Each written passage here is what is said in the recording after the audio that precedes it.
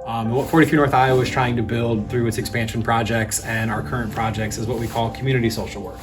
And so community social work is working with community partners, other area nonprofits, and ourselves to make sure that we're making the community safer for people with disabilities and mental health issues. It is not just intervening individually with clients, but it's understanding that if the community at whole is healthier and safer and better equipped to handle people with disabilities will have less problems and fit better in society. And so you'll hear a lot about community social work today. You'll hear a lot about how all the programs that we operate overlap with each other and how we're trying to support each other internally, and so our clients reach better outcomes. So we'll swing by a number of locations today so people can get the full scope of everything that 43 North Iowa does, because a lot of people don't really realize all that we do. We took 3 buildings that we owned and turned them into one big giant building so we could better serve everyone. So this is crisis stabilization. This is the 3rd expansion project out of 5 that we've done since the merger. This one started in 2018 with the Mason City Police Department, identifying that roughly 65% of their calls in the Mason City area are for mental health, and the closest crisis stabilization programs are Waterloo and Ames. And so anyone needing a crisis stabilization home, housing situation in Mason City has to go an hour away to have that happen. And a lot of times that takes our police force off of the roads here in Mason City or our county sheriff's office transporting people. And so crisis stabilization comes because of an overflow of mental health and a lack of beds. And so we have opened a 5-bed facility that should open in 2024, either May or June. And so we'll do a quick walkthrough of this program and just talk about the features and what we tried to do with the building. So any building that 43 North Iowa operates where there is both business and clients living in, we try to separate the two. So the side of the building we're on now is mainly the business function of the building, and then we'll go through the residential section in a second. So if you want to follow me, we can go this way. So this office and this office with the windows will be the 2 staff offices, so we can monitor the door of who's coming in and who isn't coming into crisis stabilization and make sure that we're meeting people and meeting the needs. We don't want someone wandering the building that shouldn't be wandering the building. The next 2 are going to be client need rooms, and so we'll have a medication room for folks' medication. In a crisis stabilization, folks are not allowed to pass their own medications due to safety reasons because they're only allowed to be here for 5 days at a time. And then the other one will be storage.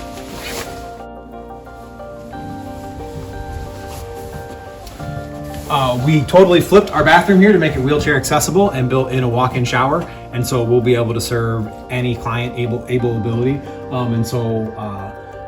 Hinkle Construction and Bergel & Cram has just done a great job in getting this program off the ground. And again, it shows the aspect of community social work. We're working with the police department, working with Hinkle, and working with Bergel & Cram to bring something online for folks with disabilities here in this area. We have our linen storage and our laundry room for access. Laundry will be free for all clients at this location. They're in a crisis situation. We are not trying to put them in any sort of hardship for money for laundry and those types of things. So they'll be fully taken care of and paid for by the agency. Here in the back, we have the staff break room and documentation area for staff to get a break, staff to have their own space, and staff to be able to lock up their valuables while they work here. So this will be the main living area for crisis stabilization. And so to start, this will be the living room that we will set up as a living room. As you can see, the kitchen will be this area, dining room table here, and then overflow space for visitors and those type of things up there. Brand new appliances. Really looking forward to getting people into this space. And a lot of what you've seen was saved to lower the cost. So the floor that you're standing on was currently here, and we just kind of rearranged the room. It is a brand new kitchen, completely accessible. If crisis stabilization is full, which means if we're averaging 4 to 5 clients a day, 365 days a year, this space can turn into 2 bedrooms. We can put new walls in, and then we would be able to serve 7 clients in crisis stabilization. So we built in the ability to expand if needed. We didn't go bigger because we don't necessarily know what the needs are. The police department says it's a lot. Mercy says it's a lot. But if we build a 12-bed, 15-bed program and then we're not full, we won't be fiscally responsible. So expansion is about meeting the needs of the community, but also being fiscally responsible and making sure that we are responsible with taxpayers' money and that we can take care of our staff. So 3 of the bedrooms are over here. It's 1 client per room. If you're having a mental health emergency, you don't want to go stare at your roommate. All the bedrooms will have a bed, a chair, nightstand, light, and then have alarms on the window, but fire accessible. So if there's any sort of mishap in the building, we have a sprinkler system and clients can get out easily. Clients have choice of room if they're all open. And so even like with all of our services, it's client choice and voluntary. So if they come in and all 5 bedrooms are open, they get to pick the one that they would like. One of the things that we talked about within community social work is making sure that our clients are put in a position to be successful and not disruptive to the community at large. And so this is where this hallway comes in. So for our smoking population or just any client looking to take a break, they'll go out this door and go to our back parking lot. So they're not in the sidewalk blocking traffic, having people not wanting to go to the coffee shop or the post office because there are people in crisis in the area. So how are we respectful to the community and how are we respectful to clients? Create spaces where they do not have to interact if we are not in a good space. So the community will know, 43 North Iowa understands that these people need services, but these people don't take precedent over other citizens who are just trying to go about their day-to-day life. And so it is a way to get people in the community on board with providing services if you design them correctly. The other bathroom, so 5 beds, 3 bathrooms, plenty for staff and clients all to use. The last 2 bedrooms are up front here.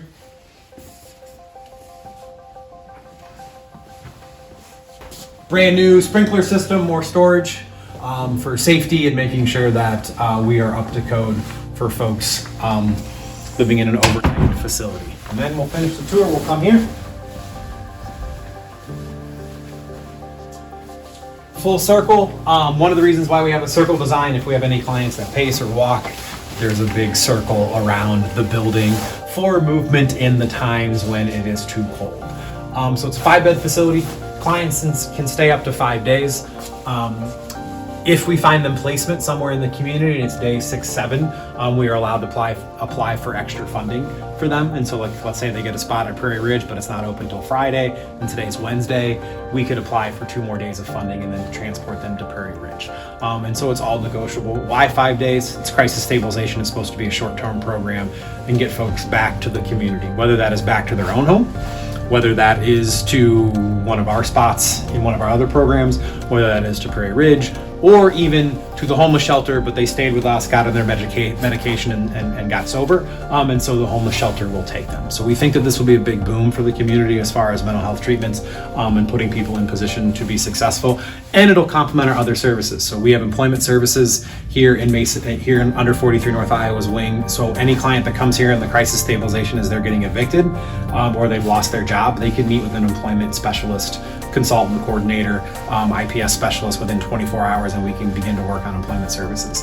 Because the answer may be not mental health, it may be financial stress is causing the crisis, and I think we've all been there once or twice. So it has to be a mental health emergency, but it cannot meet the criteria for inpatient psych. So someone may be suicidal, but they may not have a plan to go through with it, and they don't want to go home. Technically, that doesn't mean that you should be an inpatient psych, and so they could come here. Or someone who is bipolar and is just not taking their meds for a couple days, Mercy doctor may assign them here, and so we can make sure that we pass their meds for 3 or 4 days to get them stable, and then they go on. So it's a mental health emergency, but not a big enough emergency where they need to be in inpatient psych. And we know the stats of inpatient psych, it's a locked door facility, and once you put people behind locked doors, they lose their apartments, they lose their jobs, they lose contact with pets, families, their support system, and oftentimes it's tough to get your feet back under them. Here, they'll be able to visit, have visitors, they'll be able to still go to their job if they need to, they'll still be able to go home and visit their pets if they have a pet in their apartment, and all of those things. So it's a freer environment. We talk a lot about at 43 North Iowa about no locked doors. This is a program that will lower the number of locked doors our clients face. And so clients are able to be admitted around the clock if we have openings. And those openings could change because it's voluntary. So we could have a client stay at 4 a.m. and decide they're done and then leave. And then a client could show up at 4:15 and we wash the bed, flip the sheets, and get that client in at 4:15. So it's a high use, high traffic program that you're just trying to get people to be stable, and you're trying to create longer lengths of time between crisis stabilization. So outcomes are really built around if someone used crisis stabilization 15 times in 1 year, can the next year we lower that to 14? or if they use 75 days in crisis stabilization year 1, can we get that to 60 year 2? And so it's really about taking those folks who are kind of constantly in crisis and stepping them down into a better program. We have partnerships with the homeless shelter, Mercy, the police station, and Prairie Ridge to provide services for after they have their 5 days with us. And so a Prairie Ridge doctor or therapist could assign their client here and fill out the paperwork. The police can have enough information to sign the paperwork. But if someone comes to the door and we have 4 spots open and they say they're in mental health crisis, our licensed social worker will be able to do the assessment and may be able to secure funding for them. So this is JavaWorks, and this is a coffee shop that we operate in the library. So again, we talk about community social work and creating partnerships to make things happen. This is a great example. Our clients can use this coffee shop to get work readiness skills, gain skills that'll be used in employment places if they were to be employed in a regular coffee shop, and the library provides the space for us to do this in kind of a low stress-free setting. And so it works out really well for the organization. And it's a really good example to other businesses and other folks who are thinking about employing our folks of like, you can come look at how employing people with disabilities could look in your shop. And so this is a place that we use to really give a good example of what it could look like to create community partnerships and create a space for people with disabilities to work pretty much wherever. What are the hours? Monday through Friday, 9 to 2. And in the summertime, we're usually at the farmer's market, which is a real fun thing to do, and be hanging out at the farmer's market on Saturdays. So in the summertime, Friday afternoon, they have music here, and so it's a pretty nice place to get a cup of coffee and a meal and listen to some music and help our mission out. Did I miss anything? All right, nailed it.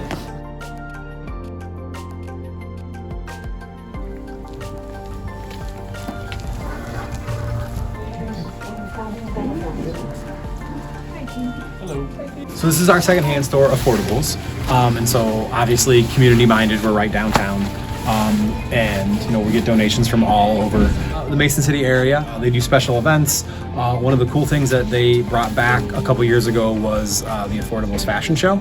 And so we talk about being an accessible organization, and part of that is having accessible fundraisers so everyone can donate to the agency.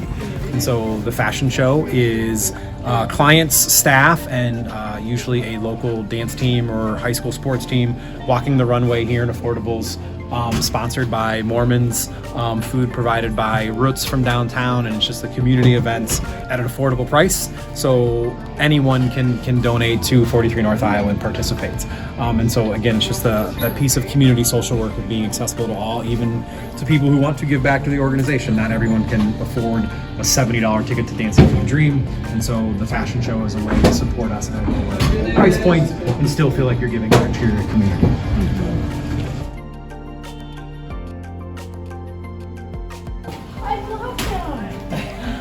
Per regulations from the state, employment places like this, our clients have to be seen.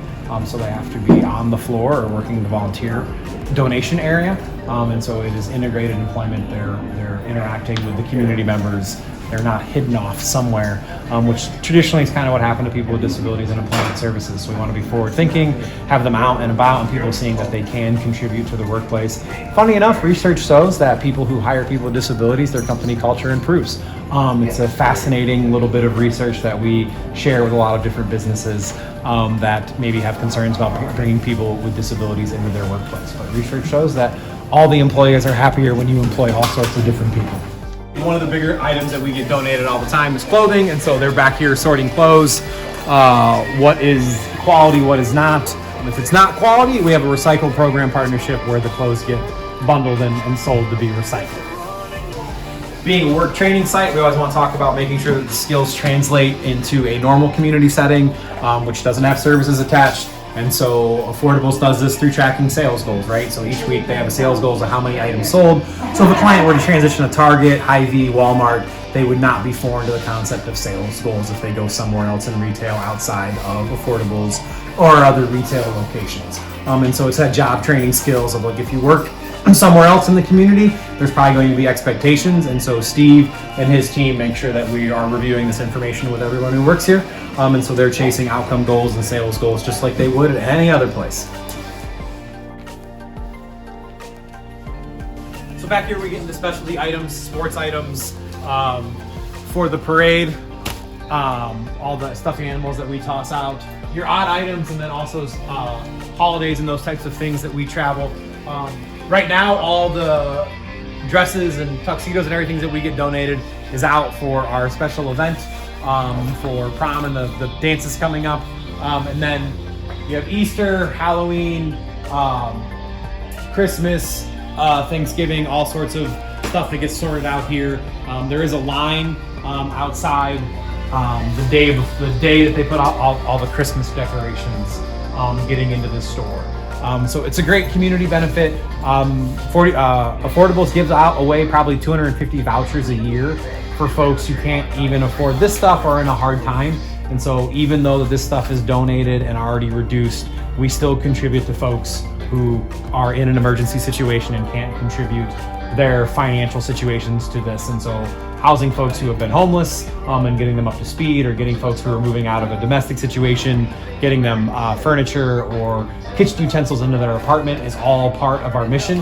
And we have partnerships with other nonprofits to process those applications for the voucher program. And it works really, really well for the organization and those partnerships. JobLink was created years ago to help our folks who are seeking employment not be associated so much with the stigma around having a disability in the workplace. They were given a kind of a not nice nickname years ago, and so JobLink was created to help lower the stigma. And so the main operation out of here for the longest time has been community employment. Community employment has crafted 150 partnerships with different businesses around North Iowa that employ people with disabilities. And last year, our last fiscal year, our clients made $1.9 million in salary. And that usually goes right back into the local economy.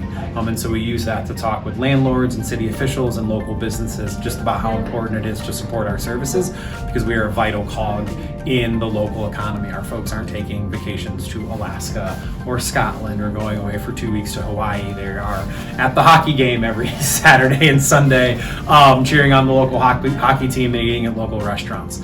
All our business partners here for folks to come through and see. And when we job develop, we can use any one of these as an example to convince a business who isn't employing our folks that it is possible. And so it's a nice visual representation about how much we really dig into community social work, because we have partnerships with all of these folks. So with the merger became new challenges, right? And part of our merger was figuring out how to get people with mental health employed. And so about 4 years ago, we took supported community living, which is a program where we can help people from 15 minutes a day to 2 hours a day, 7 days a week. We took them from their own office location and we put them in this building. And so they could rub elbows with the employment staff. And so our folks who needed help paying rent or having a better lifestyle could work with their employment staff on getting a job and being more a part of the community. And any employment staff that had folks struggling in their social life then could hook them up with the SEL team and help them navigate those social relationships. So we really wanted folks to understand that if you're an employment social worker, you do employment. And if you're an SEL person, you do SEL. So our staff aren't overtaxed. Our clients know that different people can solve different problems for them, and we increase the support system for there. When we transferred the SEL team over here, there was 46 folks in the SEL program. As of today, we're approaching over 100 and expect to go into over 100 in the next fiscal year. And so it's a huge expansion for that program. The number of folks that are served in both programs has grown from 35 to roughly 43, 44 over the last couple of years. So we really are supporting people around the clock, but we're not taxing our employees to do it. And it's one of the reasons why we feel we remain pretty well full staffed, is that people get to do their jobs and then they get to go home. That was so successful. I put another program in here. I'm sure the staff are tired of me putting programs in here. But we put our HAB Home program in here. And HAB Home, we have 18 spots in our HAB Home program, and those are people living together who can't live on their own. And they share a staff anywhere from 4 hours a day to 12 hours a day. and we staff those from early in the morning to late in the evening, and we just help people navigate life, social situations, medication, homelessness, paying rent, those types of things, to maintain their spot in the community. And so this year our census has been about 95% full, and so we're using those spots to help people. The goal of SCL and HAB Home programs are really preventative. Can we lower inpatient hospital stays? Can we lower involvement with the police? Can we lower the amount of medication people take to manage their systems because they're integrated into the community? And so a big piece of JobLink is these two teams working together. We can tell our clients that we have different people working together. We expect you to work with us. So it's a wonderful program that we have here that is really preventative, and it complements the employment programs, and we really are serving people kind of in a holistic approach. So if someone has a disability and they get Social Security, can they work? And if they can, then why would they? So yes, they can work, and our employment folks are very, very good at figuring out how to get them a job without them costing their benefits that they worked very hard for. And the point of employment is a purpose, and the point of employment is a support system. It's being a part of your community. And so we know employment improves outcomes and value of life for folks in huge ways. And so we encourage every client that comes through here to figure out their purpose and participate in the community. And part of that is working. Having a purpose, getting up, having a place to go is going to improve your mental health. And so we really try to push both as equally important. Employment is just as important as figuring out transitional living. Jobs can have a huge impact on our outcomes in life. We have 9 counties we serve. The other program that we serve, which is part of our expansion program, and it's the first one we expanded, is called IPS. And IPS is a program for mental health employment.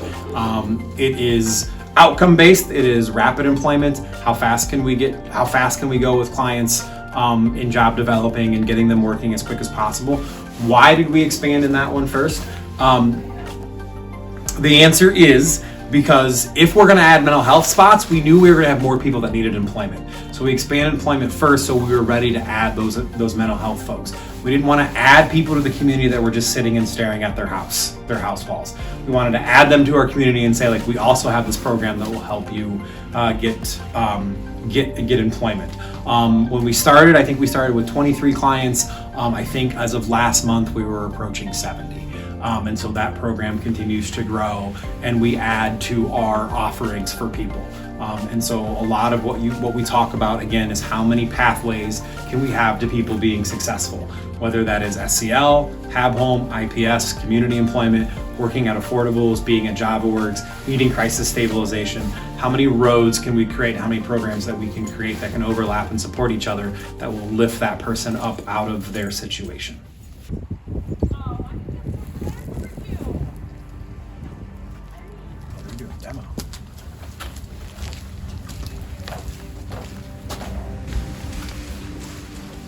So this is the future site of our RCF. Behind you is going to be 3 offices, and then there'll be another office right here for the admin piece. There'll actually be a front desk. So at our current RCF, public can come in and we don't necessarily be able to control traffic. At this RCF, there'll be a public entrance where we can control traffic, so people can't wander our building without our knowledge for client safety.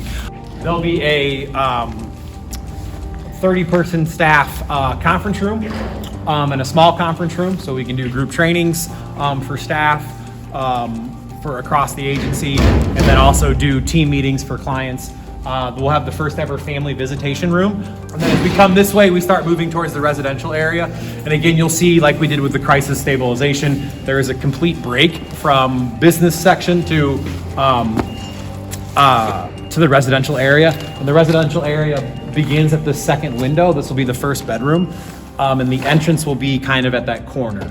And so this will be a wall where you can't get to this bedroom. It'll open up in here.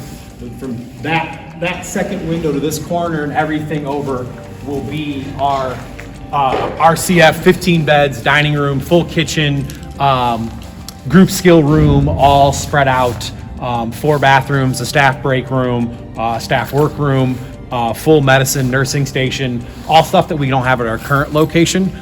due to it being built in 1908. And so as this build out continues to happen, we will have a program that will be able to serve more people. And the current wait list for the RCF is 12 clients. And the current number of days waiting is 100. And so these 3 spots, and when we add crisis stabilization, will get used up pretty quickly. And we'll have to see what else we can do for the other clients on the wait list. But again, most of our folks waiting are behind a locked door.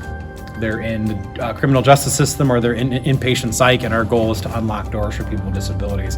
This building will allow us to do that, and we'll have extra space in other parts of the building for future program use as we see what we need and what we can design to get creative with services.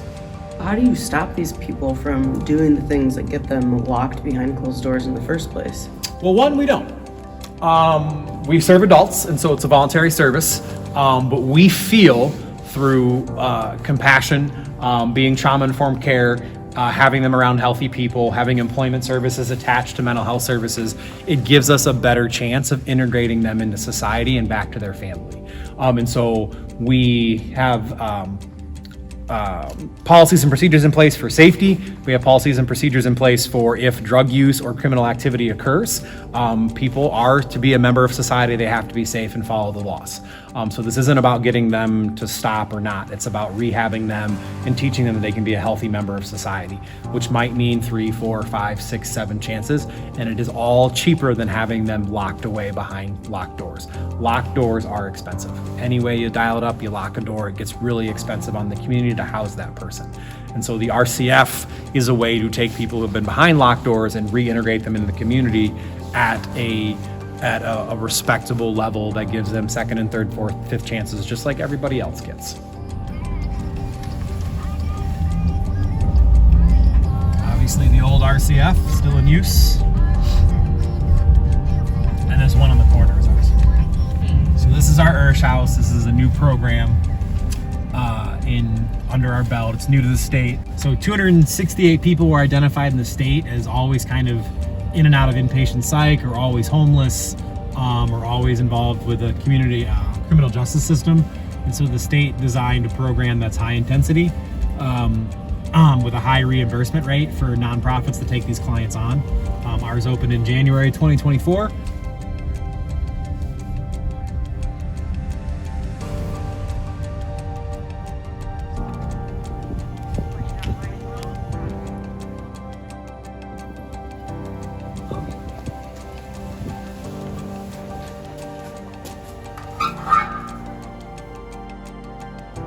This is our secondhand furniture store, and Lunchbox, our lunch counter.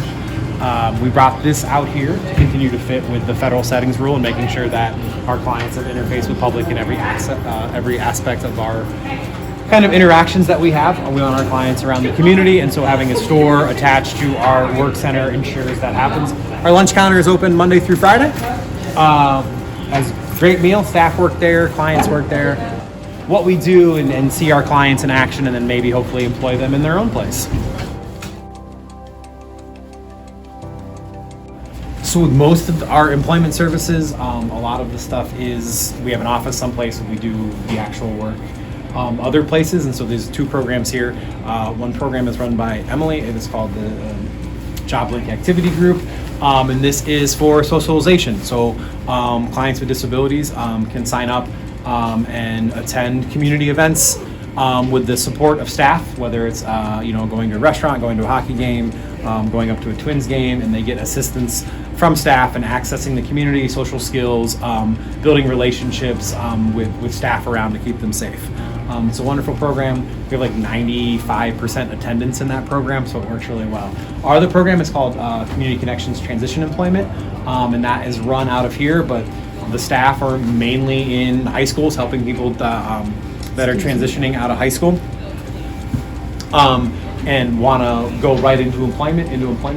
And we also have a special program called Project Search that is a partnership with Mercy, where we have 10 students go through a class every year, and they do half-day school, job training skills, and they do half-day internship in a department at Mercy.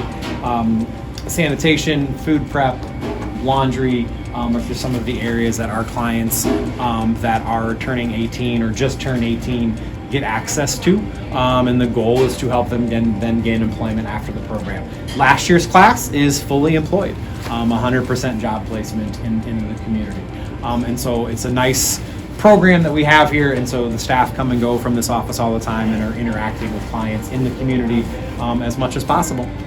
So this is part of production, and so this is where we get contracts to outsource certain jobs for businesses in the community.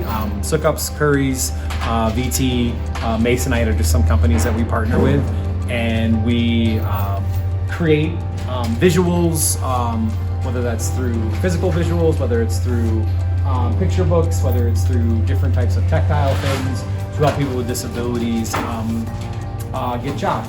So, like specific on this job, they need 14 washers, and so they just lay it out, and if someone doesn't know how to count, they know just to put a washer on each circle, and then they can collect them up and put them back together.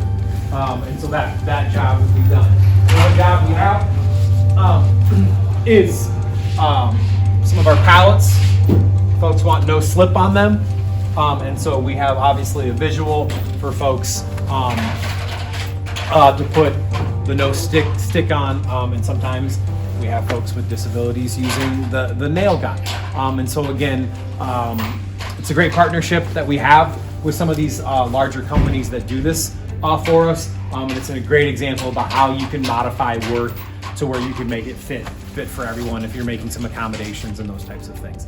Most of this stuff in here is for Sukups, but there are a couple other businesses that we work with. We have a shredding business that we do from time to time as well, for doctors' offices, lawyers' offices, dental offices, needing to get rid of confidential material for clients. So that's this piece. We'll go over to the other side of production, and then if you got any questions, you can let me know. Kits, and so we have a couple of modification materials that we use. And so this machine here will measure out what one of these weighs, and then it'll do the counting for our clients. And so the clients just have to match those two numbers. And then they put it in a bag and they move their way down. And then we have staff here to help for quality control. One of the reasons why we really like to include this on our tour is Sukups is a worldwide company. They build grain bins all across the globe. And so anyone who is saying like, well, I don't know if someone who has a disability could work and help me meet my goals. I go, I don't know, we're helping someone, $1 billion company, meet their goals. So why couldn't our clients and staff figure out a way to help you meet your goals? So it's a really powerful tool to make sure that we're pushing inclusion in the workplace, because we have it here with a company that does business all over the world. All right, we'll go back to our wood shop. We'll walk through and then we'll talk in the warehouse. Hey, how's it going?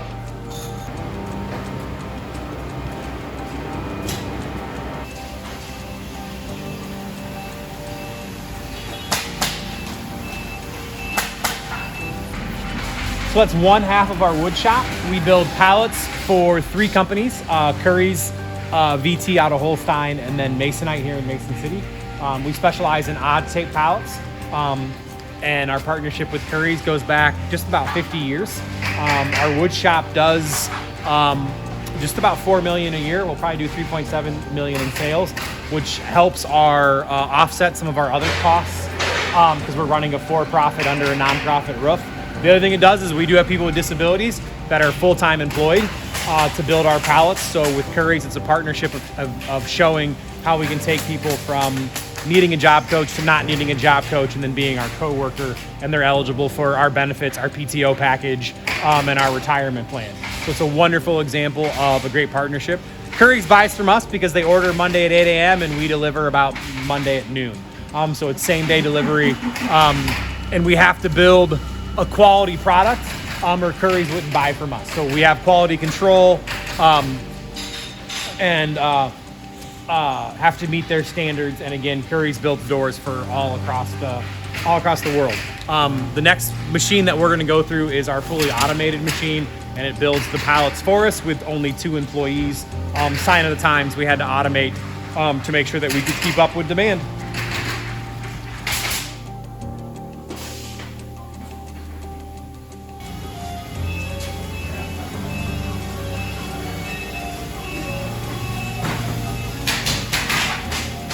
The last real big job that we have is we get cardboard from Craft Made, unbaled, and so we take it off a semi-truck with clients. We bale it, and then a company comes and picks up the trucks and takes it off to be recycled. And we make net profit about 30 grand a year off of baling some cardboard. That's 43 North Iowa. Last year we served 378 clients. This year we'll top over 400 clients. We roughly are about a $9.5 million nonprofit. We serve clients ranging from age 16 to in the 80s. We serve every diagnosis. The majority of our clients are between the ages of 18 and 50. We continue to build services that overlap. Last year, our employment division got 97 people jobs. We had over 150 people in ongoing support to the tune of millions of dollars of salary. Our transitional living programs grew from about 85 to over 100.